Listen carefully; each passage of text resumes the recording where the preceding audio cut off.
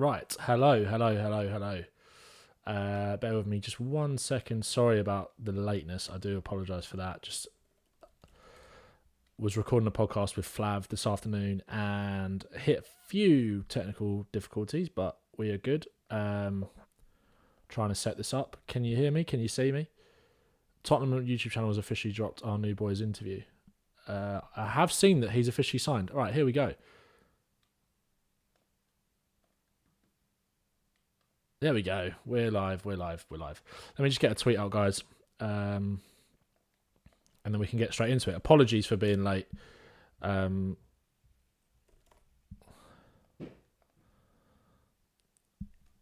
Apologies for being late. Let me just get a quick tweet out and we'll get straight into things. How is everybody doing? Who we got in the chat? We've got Gollum, we've got Cows, we've got Robert.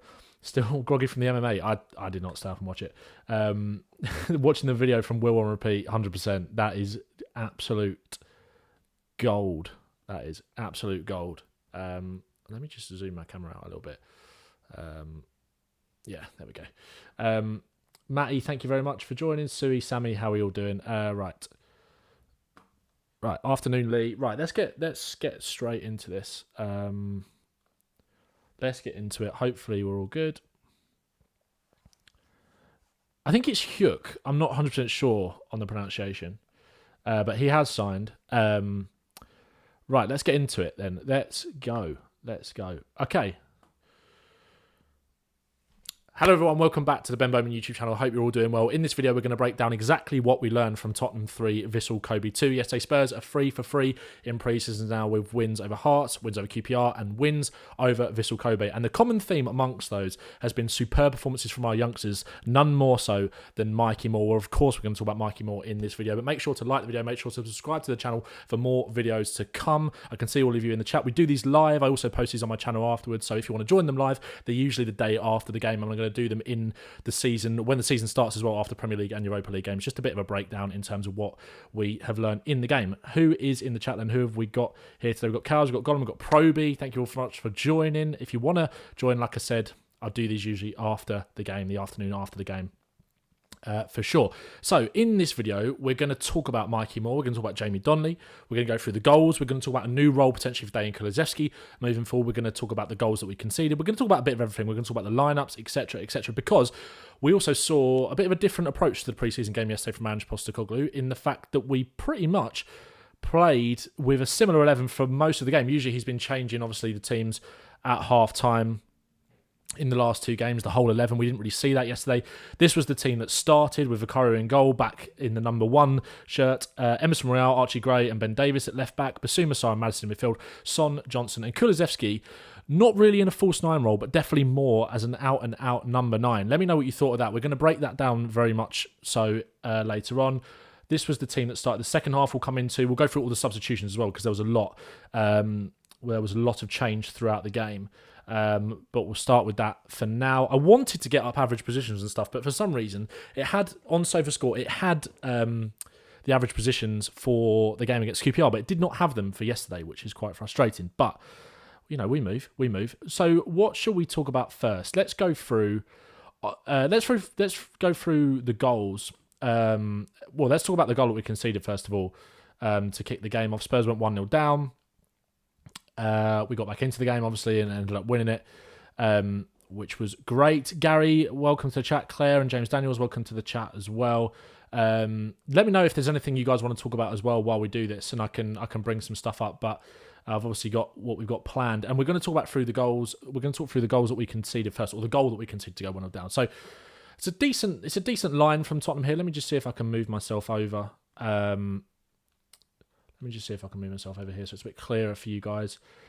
Decent line from Spurs in terms of holding that high line. Cross comes in, you can see again there. A couple of players caught in the offside trap, but I just think it's down to a lack of communication. Obviously, we see Sarr make that mistake that then leads to the goal smashed in by the Vissel Kobe forward. Again, I think it's just down to a lack of communication. You could sort of see Porro, Sarr and Vicario talking to each other afterwards. Again, it's pre-season. Good to kind of iron these mistakes out now rather than in a Premier League game. Hopefully we don't make too many of those, but I'm not too unhappy about what we actually did. I think it was just a lack of communication. Then Tottenham obviously get back into the game. with a really, really nice goal. And this kind of leads on to wanting to talk about Dejan Kulusevski, because obviously he had such a big hand in this. Where shall I move myself? Let's move myself. Maybe the best position is here. So it starts with Archie Gray. And again, we're going to talk about Archie Gray in detail. We're going to talk about Gray in detail. We're going to talk about Donley in detail. We're going to talk about Kulusevski in detail. And we're going to talk about Mikey Moore in detail as well. So it starts with Archie Gray. What I've been really impressed with Archie Gray is his almost ability to kind of be the Christian Romero of this side that we've seen in pre-season so far. Obviously, Romero isn't going to be back until that Bayern Munich game, probably against home against Bayern. Kane's return. Obviously, Archie Gray is not a centre-back, and we got to see him in midfield yesterday for the first time. He did struggle a little bit there, and we'll come on to that, but at centre-back, again, he was absolutely faultless in terms of his ability to stride out from the back and play, which is obviously something we want massively from our centre-backs. Look comfortable on the ball and break those lines with the passing. Strides out here. What I love about this, he's got passing options. He's got simple passing options. He can go out to Ben Davies here. He can almost come back and go back to Emerson.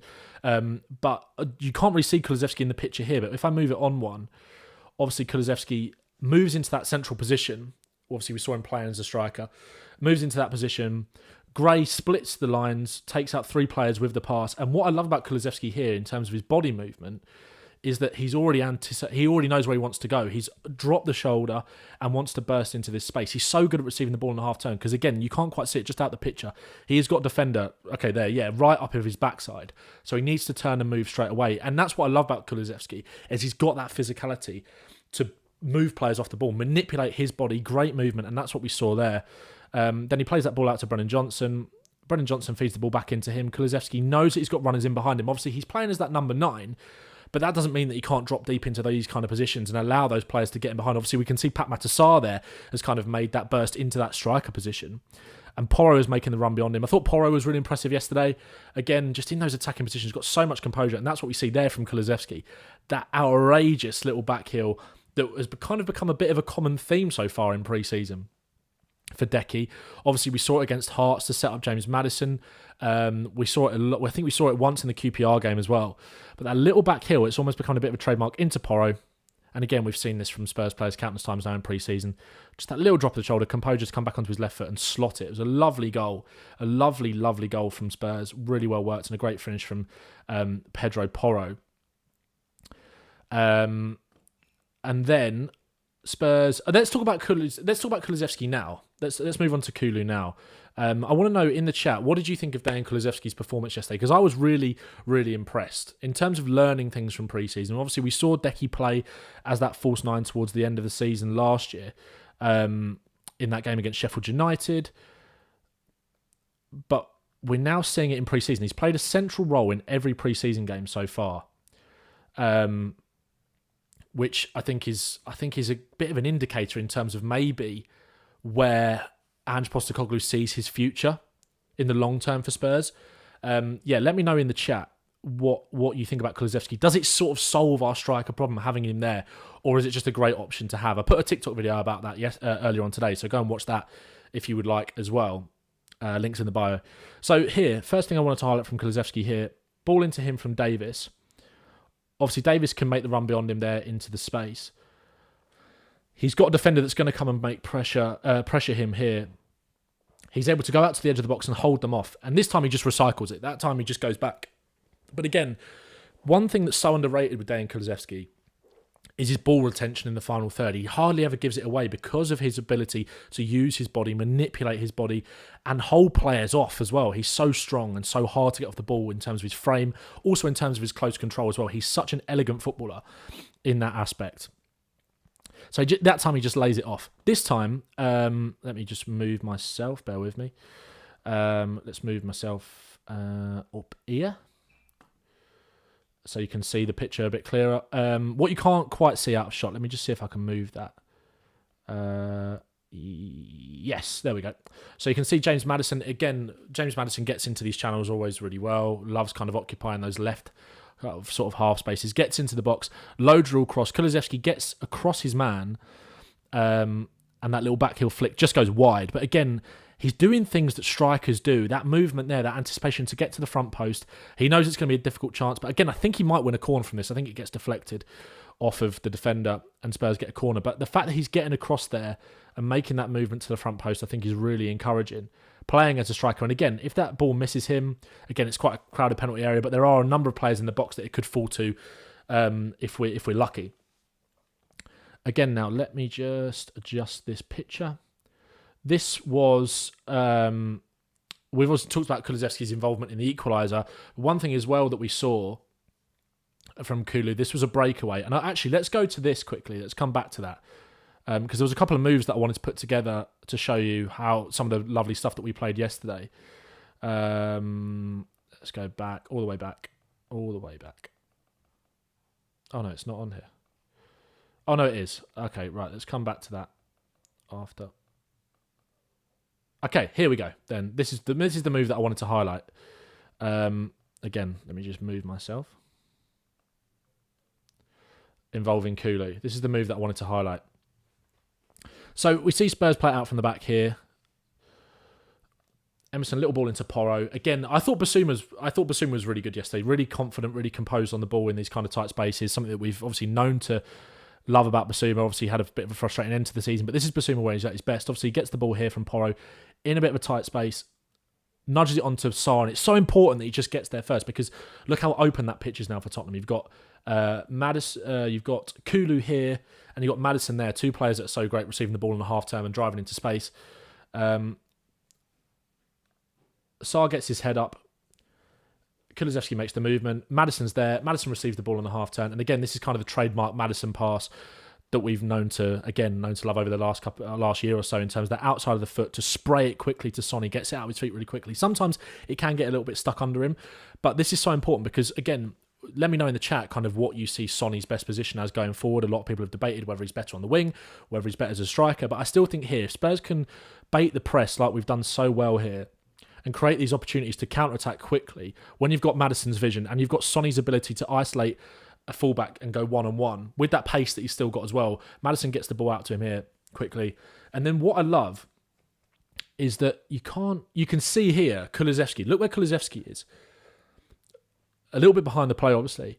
But when it gets to Son in this position, he's made that dart. And I know a lot of people say that Kulusevski isn't the quickest, but he's made up a lot of ground there very, very quickly to get into that position. He anticipates where Sonny wants to play him in, where he needs to be as that striker as well. Again, towards the end of last season, we saw Decky operate a lot as a false nine, or mainly against Sheffield United. We saw it in a couple of other games, I believe, as well. But again, he was definitely more of that focal point. And I wish I could show you the average positions, but they're not available on SofaScore. To really see if he was more of a focal point yesterday. From watching the game, I definitely think he was. And again, he makes that burst in. Again here, Sonny, we know what Sonny can do in these positions. He can isolate that fullback and he can go on the outside. This time he chooses to go inside because he's got that run from Kulusevski. And he is able to get the ball in his position. Again, because he's so strong, he's able to hold off the defender. And in these positions, let me just move it across a little bit. In these positions, we know how adept Kulusevski is as a finisher. This time, from this shot, he hits the side netting. But we know how strong he is going across the goalkeeper low and hard from these positions because he's able to hold the defender off. And that's why I wanted to include a couple of examples from last season. This was the Sheffield United game where he got a brace. Let me just move the camera again to over here so you can see that. And also, let me just make this a bit bigger for you guys. Make sure, like I said, make sure to like the video, make sure to subscribe to the channel. I'm going to be doing these after every Premier League game next season. If you like it, we're going to be doing it after the Europa League games as well. So coming back to this quickly. So we've got Kulusevski here in this position again, playing as that striker against Sheffield United on the final day. I think Madison's able to just bump it into Sonny there, and Sonny gets a little poke on it. And Kulusevski, again, very similar position, is able to isolate this man, take that touch on the outside, and go low and hard across the goalkeeper, in off the post. Brilliant finish. Such a good finish. Again, Aston Villa a couple of years ago away, obviously playing as a right winger in this system because you've got Kane as the focal point, and where you've got those runners in behind him, it suited those wingers massively.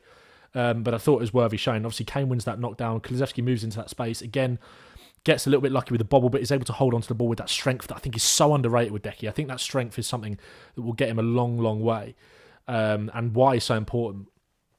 And again, he's able to isolate the defender, create that space, and bang, bottom corner. And again, I know it didn't quite work out for him in this position yesterday. He shot side netting. But again, if he gets himself, in terms of football is all about percentages, right? If Kulusevski gets himself in enough positions like that over the course of a season playing as a striker, he will finish a lot of them because we know he's such an accomplished finisher on both feet as well. Obviously, we saw that against Sheffield United in the home game, that right-footed finish across the goalie. We've seen that in a bunch of other games for Spurs as well. So I thought Kulusevski was really impressive yesterday. Let's go to the chat. Robert here says our attacking play seemed to get bogged down a bit with Kulu on the wing last season. I think sometimes that is a bit unfair, but I do think there were certain games where that happened for sure, and I do definitely think he thrives a little bit more in a central position. We've seen that in every pre-season game so far. We saw that in the QPR game, that little pass to Bissouma, perfectly weighted pass to Bissouma for that opening goal, that little give and go. And again, we saw it against Hearts, obviously, where he drifts into that central position, that little backheel flick into Maddison for Johnson's first goal. I think he's just very comfortable there, very, very comfortable, and he said it himself. Cows says he'll be a good focal point to have as a number 9. He's physical and has a good hold-up play. He brings up other players around him to play to their strengths when he plays centrally. Absolutely. And we're going to move on to the second goal for that now as an example, for sure. Because I think he's such an intelligent player. Kulusevski isn't really involved in this move, but in terms of playing to the strengths of the other attackers that we have got, let me just adjust this. See if I can move that to show Porro. Yeah, there we go. Perfect. So, second goal for Spurs, take the lead back after half-time. Pedro Porro with a perfectly weighted ball. And again, I'm just going to have to move that back to show you Johnson. A perfectly weighted ball to Johnson. And again, Johnson just does him for pace a bit here.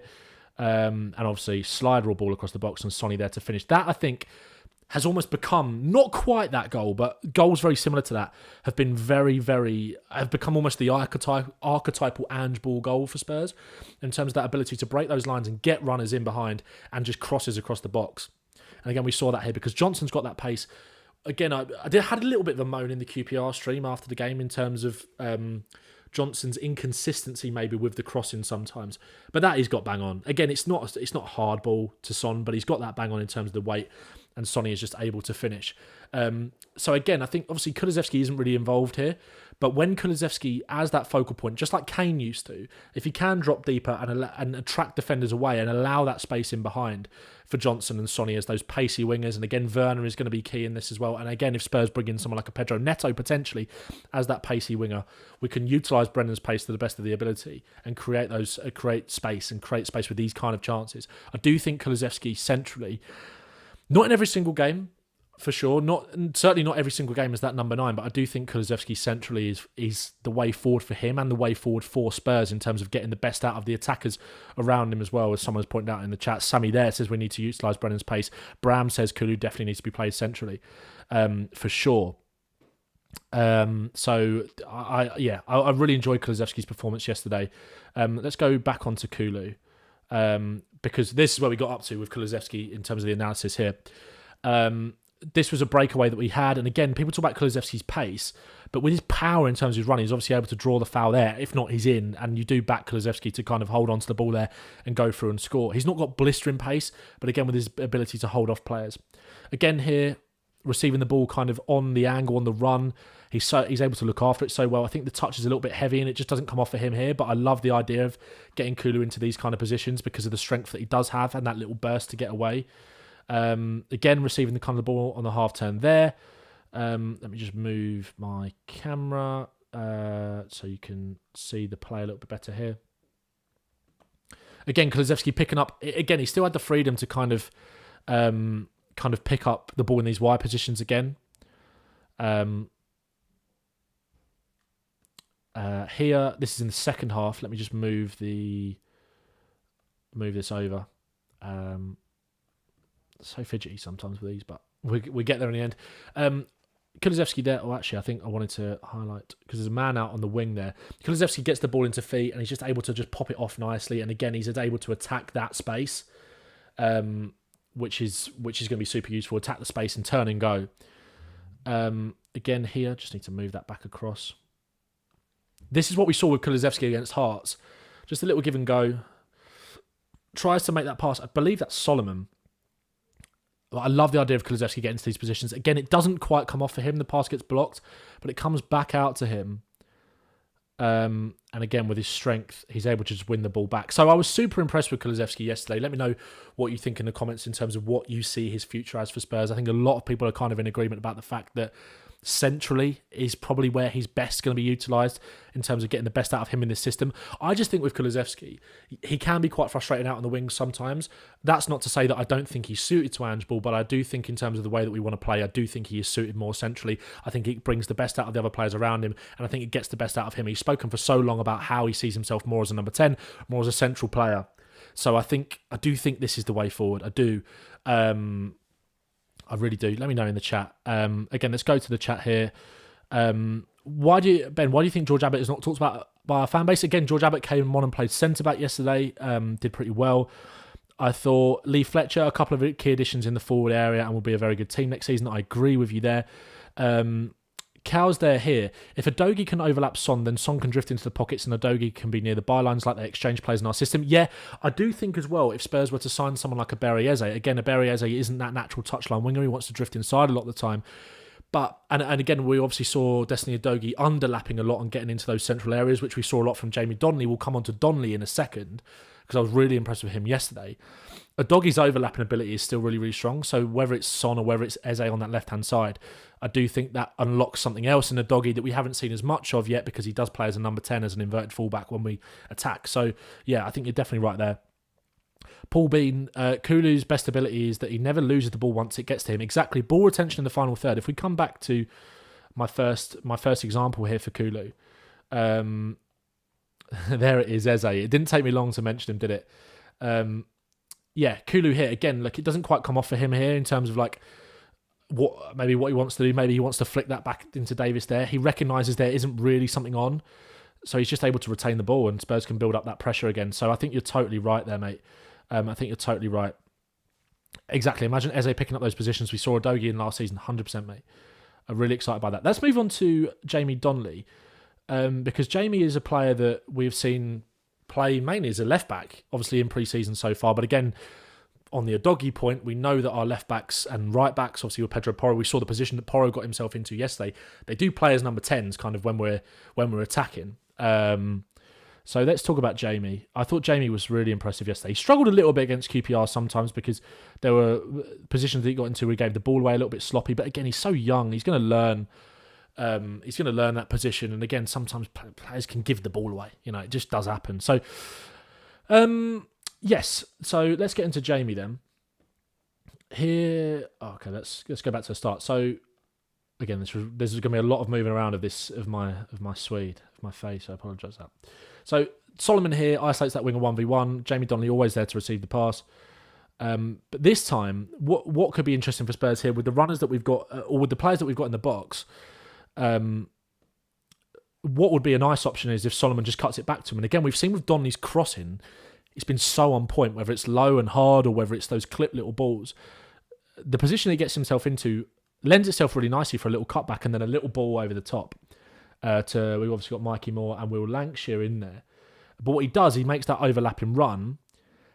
But again, he just clips it so lovely to the back post. And unfortunately for Mikey Moore, he's just not able to divert that header goalwards. Again, we're going to talk about Mikey Moore in detail soon. But it's a lovely clip ball over the top from Donley, over to the back post, I should say, for Donley. I was really impressed with the weight of pass, the intelligence from Donley yesterday. So impressed. And Mikey heads it over. Bless him. That did make me laugh, I have to say, even though I wanted him to score it. Here again, Donley making that little movement in behind and getting that low cross across the box. This time goes low and hard. And again, forces the defender to get across the front post and make that cross because you've got Lancashire there. If I just move myself again. There we go. You've got Lancashire there who's ready and waiting if the defender doesn't get there. So either forces mistakes. The defender could slice at that and it ends up in the back of the net. He could completely miss it. It goes back to Lancashire and he taps it in. And at worst, you get a corner from that, you know. So really impressed with him there. Again, Donley picking up these central positions. This is the chance, I believe, that leads to him having the shot that hits the post. So I believe it'll be the best for me to position myself down here for this one. Again, left back, drifting into these central positions. Perfect way to pass out to Solomon. And again, you can see Solomon, and I believe that's Bergvall there, overlapping Solomon. Again, Bergvall was really impressive yesterday. Again, just his ability to drop the shoulder and get away from players. It was really good. I don't think there was anything from Bergvall that was particularly worth highlighting in terms of a full piece of analysis. So we've kind of left Bergvall out of this stream because I think other players kind of impressed more than him. But again, really solid, really consistent, really, really excited by him for sure. Let me know your thoughts on Bergvall's performance in the chat. Donley plays the ball out there to Solomon. Bergvall goes beyond him. Again, this is such a dangerous position for Spurs to be in because Solomon can play that little reverse into Bergvall there, and you've got runners again in the box. But again, Solomon makes the right decision. There was a couple of times yesterday, and again, I said it in the last stream, I'm not quite seeing it with Solomon. I'm really not quite seeing it. But again, I think he makes the right decision here. I think there were moments in the game that his decision-making was quite poor. This wasn't one of them. Again, Donley just gets himself into such a good position. And what I love is he just kisses the ball here. It's not a hard shot. He doesn't snatch at it. That's something I've been really impressed at with our youngsters, whether it's the Will Lancashire goal against Hearts, whether it's the way that Mikey Moore takes his goal against Hearts as well, that little jink, and whether even it's the way that Mikey Moore takes that miss against QPR. I know he should have scored. I know the keeper makes a good save. But our young players, when they get into those positions, are showing so much composure. Donley is such a naturally gifted footballer that when the ball comes back to him here, it's really easy to overhit it. But he just kisses the ball, he just wraps it. And I think that's something we've seen with Donley's passing as well, is that everything is just done with just a little touch, like nice, soft. It's nothing's overhit, nothing's underhit particularly. Just wraps his foot around it really nicely, and again, hits the post. He's got such a lovely technique, Donley, when he's on the ball, whether it's his wrap passing or his shooting. So composed, such a lovely footballer to watch. Again, here he has that chance where he actually does smack it. The ball lands to him nicely, volley. And the keeper makes a really good save. Donley could have had a couple of goals yesterday, but the keeper makes a flying save there. And again, this is another opportunity where Donley gets in a very similar position to what he did for when he hit the post. Again, when the pass gets to him, it's a little bit just too under his feet to have a shot. But again, you look at all the players that are around in the box. Spurs are bound to create something here. I think that's George Abbott or maybe Solomon in that position. Plays the ball to him here. And Donley is just able to get away from that man and just recycle the play, get it out to Solomon. And again here, I'll talk about Donley with those kind of wrapped passes, wraps the inside of his left foot around it really nicely. He's just able to get it with so much fizz there into Bergvall. And then Spurs have got a good chance. So I was really impressed with Jamie Donley yesterday. I think he's been really impressive over the 3 games. Again, I think this inverted left-back role suits him, whether it's something that he's going to play in long term, whether that's where Ange sees him as a potential option for next season. Who knows? I think Spurs are just putting plasters over it a little bit at the moment because we haven't really got many players available in all the positions that we'd like. Again, that is a good segue to come on to Archie Gray because he's been playing at centre-back in every game so far, but he's not looked out of place at all. Again, I did think he struggled a little bit more in midfield yesterday, but again, I think someone said it in the chat there, and you don't want to make too many excuses for the players, but the heat, the conditions, etc., obviously were hard to play in, and they've got a good amount of minutes under their belt as well already. But again, really impressive from Archie Gray yesterday. And I think I said it at the start of the stream. What I've been most impressed with Archie Gray is his ability to fill the void that we've seen so far in pre-season of Christian Romero, being that more aggressive centre-back that wants to stride out from the ball and play those kind of line-breaking passes to really open up the pitch. Spurs have got so many players like Maddison, like Kulusevski, like Pat Matassar, who are so good at receiving the ball in the half-turn and either driving with it or creating something from it more in the mould of Kulusevski or more in the mould of Maddison, or Sarr and Kulusevski, who are going to want to drive. So again, Gray here.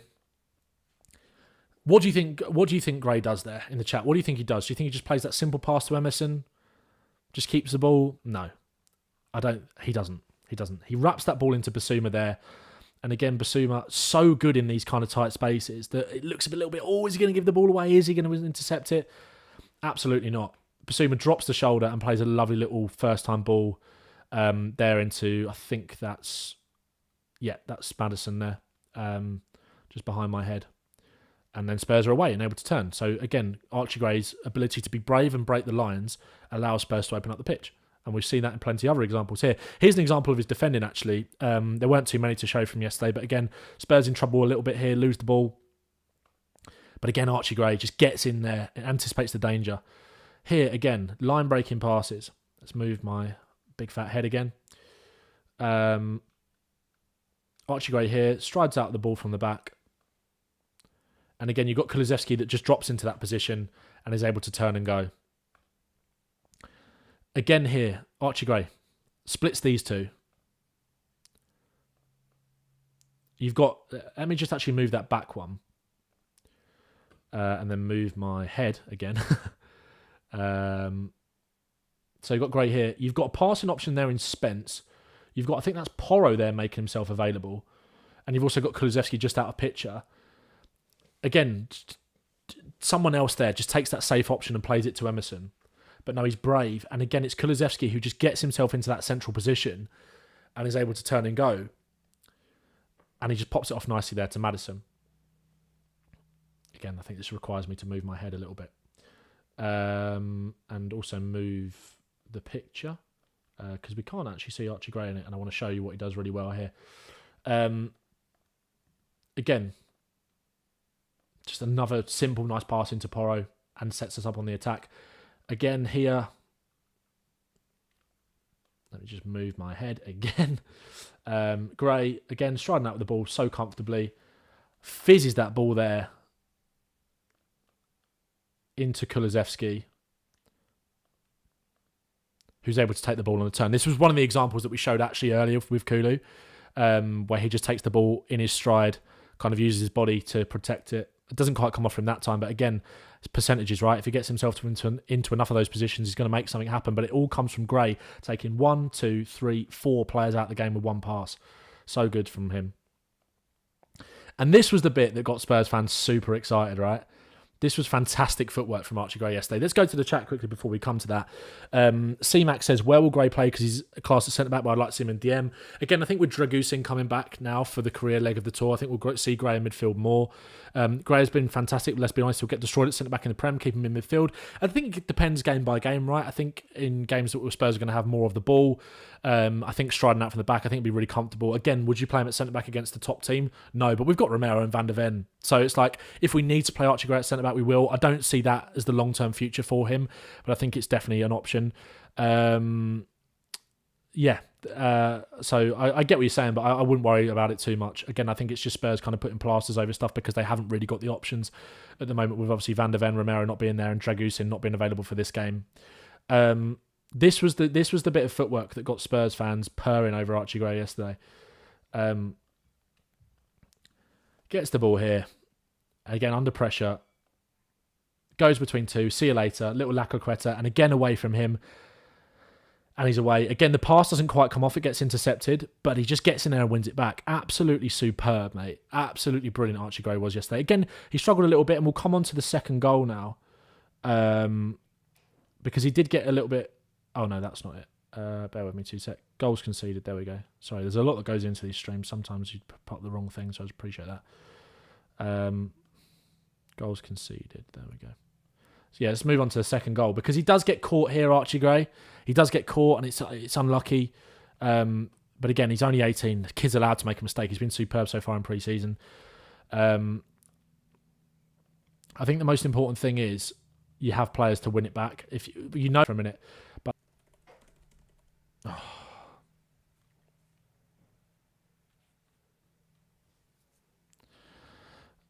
you knew this was going to happen at some point. I'm all right. I came back. Sorry, the internet just dropped down there for a second. Okay, we're back. So again, here, it's just about how you look to win it back as a team. And unfortunately, Skip gets sold there, and they go on to score. But I'm not too concerned about Archie losing the ball in those kind of positions. It will come. It's natural. It happens to the best of players. Again, we saw it with Declan Rice, who many see Gray as possibly to the heir to him in that England team, or to play with him potentially in the future. He obviously got caught on the ball in that game in the Euros against the Dutch. It can happen, so it's unfortunate for him. Can you just let me know in the chat, by the way, if you guys can hear me? I think obviously I'm a bit ahead of you. You guys are a bit behind in terms of the stream, but I think we're good. Let's actually talk about the setup in terms of what we saw in the second half yesterday. Oh, actually, let's talk about centre-backs then, because a few people in the chat here. Since Phillips came on, he wasn't outstanding in any way. Yeah, I think Ashley Phillips probably needs another loan potentially. I do think Phillips needs another loan to kind of continue his development. Obviously, He was impressive at Plymouth, but I think he could do with potentially another loan. And then Robert says, Benny, you're disappointed that Ashley Phillips is not starting these preseason games, given that we are without any recognised first-team centre-backs. I wouldn't say I'm disappointed, no. I think with Archie Gray, he really sees Gray as a prospect to play regular first-team minutes next season, so I think he just wants to get him in minutes in the legs for him. But again, I don't think you should take too much importance to who's starting these games, who's not starting these games necessarily, really, because we've seen against QPR, for example, Maddison didn't start. Obviously, Sonny, I think, is starting all the games, and we expect that, but I wouldn't take too much notice of who starts and who doesn't. But I get what you're trying to say. Gary there, 12 training sessions and 2 games in 13 days before the tour. I'm a little worried that they're being overworked, especially with the climate as well and the heat. Yeah, I get you. But again, I think this team is super fit. So I wouldn't, again, hopefully we shouldn't worry about it too much. Dragusin is back, exactly. So I think we might still see Gray at centre-back in the next game. I think we might see Dragusin and Gray. Let's talk about how we set up in the second half then. I've got to go through the substitutions because there was a lot to kind of keep an eye on. So this was the team that obviously started the game. And then this was the team that started the second half. And you can see there, obviously, the substitutes there on the right-hand side. Let me just get this right. I've got Spurs' Twitter open up on another tab, which I've just lost, actually, which is annoying. Bear with. We've had just a few slight hiccups today, but I hope you guys have enjoyed the stream. Again, like I said, I'm going to be doing them after every Premier League game, after every Europa League game. So here we go. I've got the substitutions back up. We're back on track. We're good. So this was the team that started the second half. Oh, there it is. Got my tab back. This was the team that started the second half, and then we saw around... so the substitutions were Vicario, Maddison, Davis off for Austin, Bergville and Donley. And then a little bit after that, we saw Oliver Skipp come on. We saw Mikey Moore come on, and we saw Manos Solomon come on. And it was Basuma, Johnson, and Sonny that came off. So we saw Mikey Moore go out to the right. We saw Archie Gray go into midfield. We saw Solomon on the left, and we saw Skipp going at centre-back. Again, we got a taste of Gray in midfield. He struggled a little bit, but I thought for the most part he was pretty sound other than the goal. And then after that, we saw a bunch more subs. So we saw Porro come off. We saw Emerson come off. We saw Gray come off.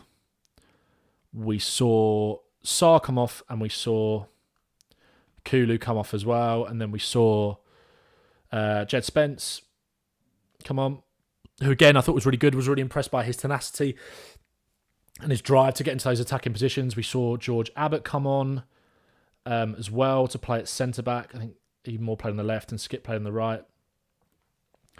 We also saw Ash Phillips come on. And we saw Skipp going to midfield. That was it, wasn't it? We saw Skipp going to midfield. We saw Phillips come on. We saw Alfie Devine, who again, so impressive with Alfie yesterday. We're going to talk about him more in a sec because I've got a couple more bits that I want to show you, so stick around. And obviously we saw the boy Wonder Will Lancashire come on as well. And that was kind of how we ended the game. I like this a lot. Before we talk about Mikey Moore, we can get rid of that now because we know what the substitutions were. Let's go to the chat before we come to Mikey Moore. And I also want to talk about some other good bits of football that Spurs played yesterday, involving Alfie, involving Mikey, involving Will. Again, so encouraging to see how these young players have taken to play in Ange Postecoglou's style of football, that confidence. I did an episode of The Lab just now with Flav for the Fighting Cock, so go and listen to that when it's out. It was focused mainly on Mikey Moore, but we talked about a lot of youngsters. And we talked about, and this was something I talked about in the ripple effect with Harry Brooks as well last week, is that there needs to be a structure in place, right, in terms of the way that you want to play. Ange Postecoglou's got that structure, he's got that philosophy, but there should be freedom within that. And I think that freedom comes from Ange Postecoglou empowering these players to take risks, to play with freedom, to be what they want to be. And I think we saw that. Again, I always come back to this example, and I spoke about it on the podcast that we did just now with Flav. I always think back to Mickey van der Ven, the North London derby last season away at the Emirates. We were getting pumped, peppered for 20 minutes, struggling to play out from the back, under pressure from Arsenal, a very good Arsenal side. And Mickey van der Ven did his interview after the game, after we came back and drew 2-2 with a better team at the Emirates. He came back and said, I looked over to the manager at the sidelines because he wasn't so bad, but Udogie was struggling quite a bit to deal with Saka. And he looked over to the touchline and saw Ange, and he said, "Don't worry, calm down, just keep playing." And I think Ange Postecoglou has very much got this mindset of like, if it goes wrong with these youngsters, it's on me. Put all the blame on me, and that takes the pressure off of them. And I think we've definitely seen that with the young players in terms of their ability to express themselves. So I've been really, really pleased with that. Thanks to everyone in the chat, by the way. We've got 89 people in here right now. 446 people have viewed the stream. Make sure to like it. Make sure to subscribe as well. That massively, massively helps me out as well. Before we talk about Mikey Moore then, because we're going to save the best till last, we're going to talk about this movement as well that we saw. Obviously, we talked about Kulu. We don't need to do that again. This was a move that I absolutely loved because I think it showed the best out of a lot of these younger players, including Jed Spence as well. I'll come to some of your questions in a minute, guys. So here, on the right-hand side, we saw Jed Spence. Well, let me just move myself. That's probably for the best.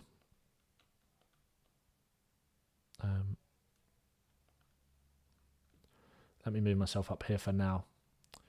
Jed Spence. I move myself across. Into Oliver, Skip there. Skip, what I love about Spence here is obviously, look, he gets into that position and he drives off the ball. Look at him there. You see him make that dart in between the midfielder and the left back there. And Skip, again, splits the midfield with a lovely, lovely pass. And Spence gets into that position. He attacks it.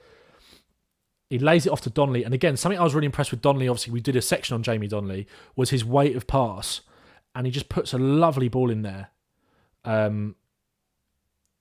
He puts a lovely ball in there. Sorry, let me just move my big head again.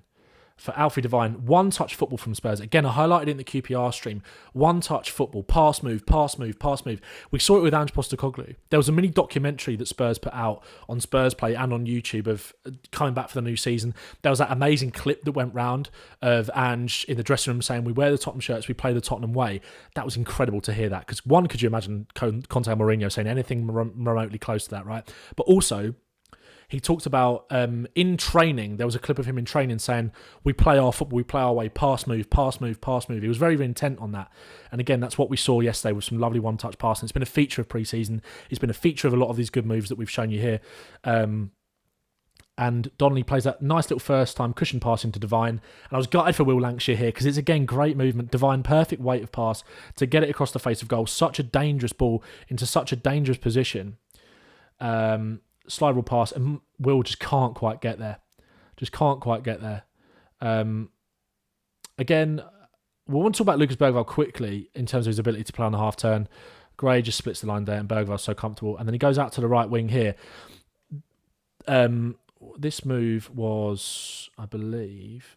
this was it. Again, so before we come on quickly to talk about Mikey Moore more in more detail, I wanted to talk about this move.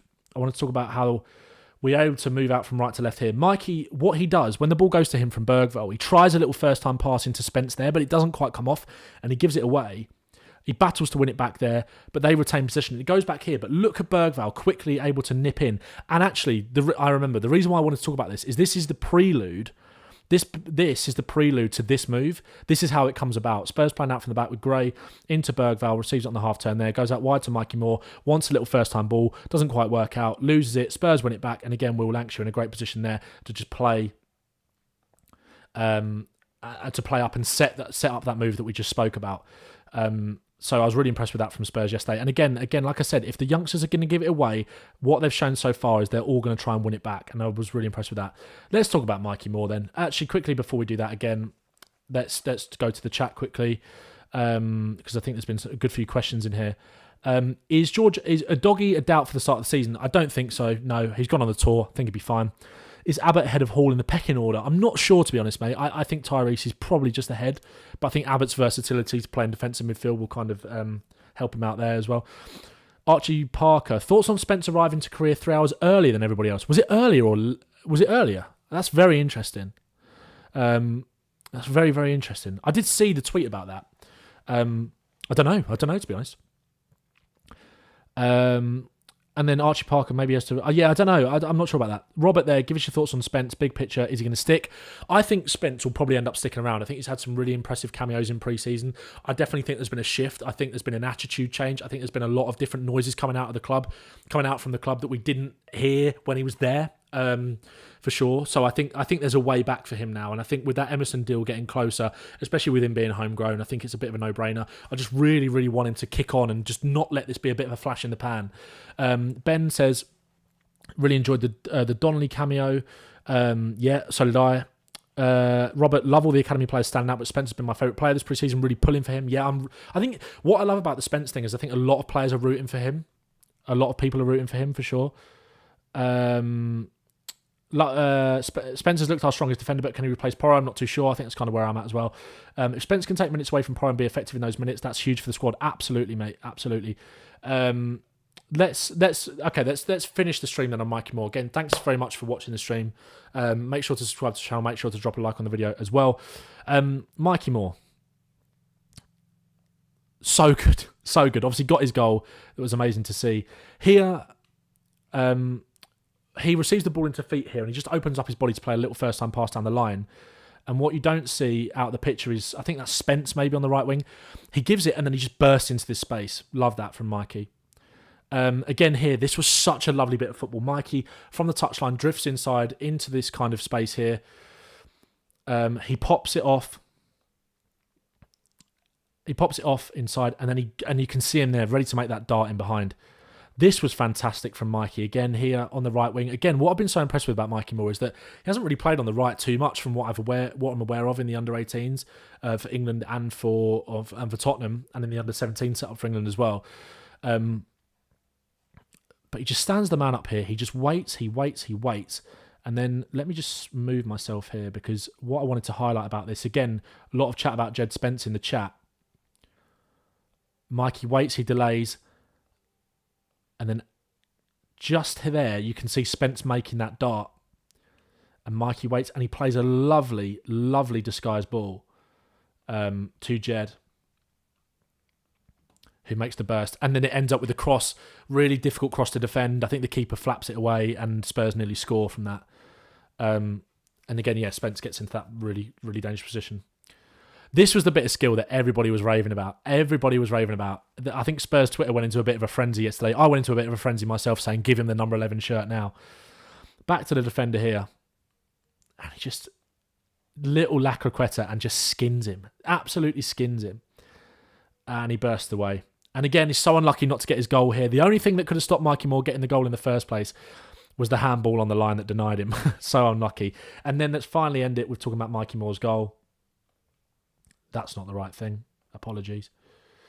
That was Sonny's goal. And again here, Spurs work it out. It felt like a winner was coming. It felt like it was inevitable. And I felt like Mikey was going to score. He gets himself into so many goal-scoring opportunities. As we saw yesterday, he had the header over the bar. He had that one that was cleared off the line.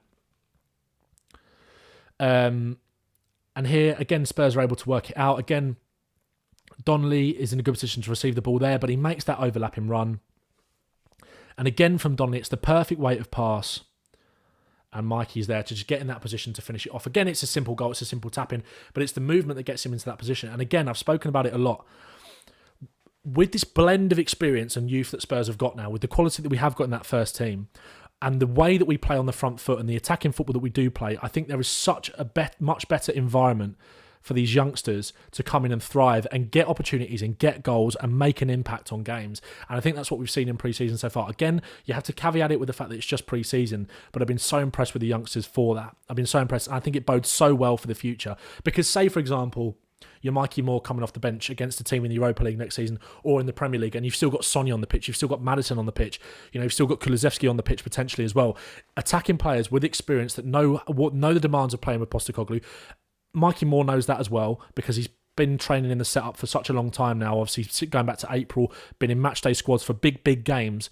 He has an idea of what he wants to do, but he's also got allies and leaders on the pitch that will help him thrive. I do genuinely believe that. And I think that goes for all the youngsters, and I think that's why they've performed so well in pre-season so far. So, been super impressed. Mikey Moore, is he ready for the Premier League? That is what's on the thumbnail. you let me know in the chat. But guys, it's been a pleasure doing this for you again. Let's go to some questions quickly before we end. Going back to Porro quickly, Robert said there, we ran Porro into the ground last season. He's a wee Iron Man. He is. I absolutely love him. Archie Parker, you ever consider making a Discord server for Spurs fans? That would be a good idea. I've got so many plans, mate, that I want to do. I've got so many video ideas that I want to get you guys involved in. What I'd love to do, I've got a plan for a video maybe next week or the week after. I want to do a live stream just like this, where we essentially build the Tottenham squad for next season together, right? I will build mine separately. We obviously, it's kind of taken a little bit of inspiration from what the Extra Inch did in terms of that speed run squad build for next season. But I want to get up some potential transfers. I want you guys to vote on them in the comments, and we're going to build our squad for next season. So I definitely want to do these videos, these lives. I want to involve you guys as much as possible, 100%. Are you on Twitter? Would love to see more of your analysis over here when you're not streaming. I am on Twitter. Let me just quickly show you my Twitter so you can go and follow me. And if you want to see more as well, all my links are in the description. My TikTok, where I do a lot of stuff as well. You can find me on there. This is my Twitter page. Just my name. And go and check out this Min Hyuk Yang video as well. And I'll show you my TikTok quickly as well, for anyone that is wondering.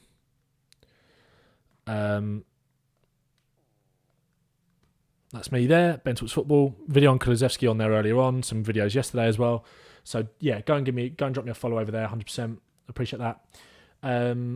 Levy went back Ange properly, and Ange will be gone by Christmas. I just disagree with that. Disagree with that completely. And if we get Eze in, where do you think he fits? I actually made a video on the channel about Eze a few months ago, or a month or so ago. So go and have a watch of that. Go and have a watch. Go and drop that a like. So yeah, guys, thank you so much for watching. I'm going to end the stream there. I'm going to go and upload this so the other people can watch it.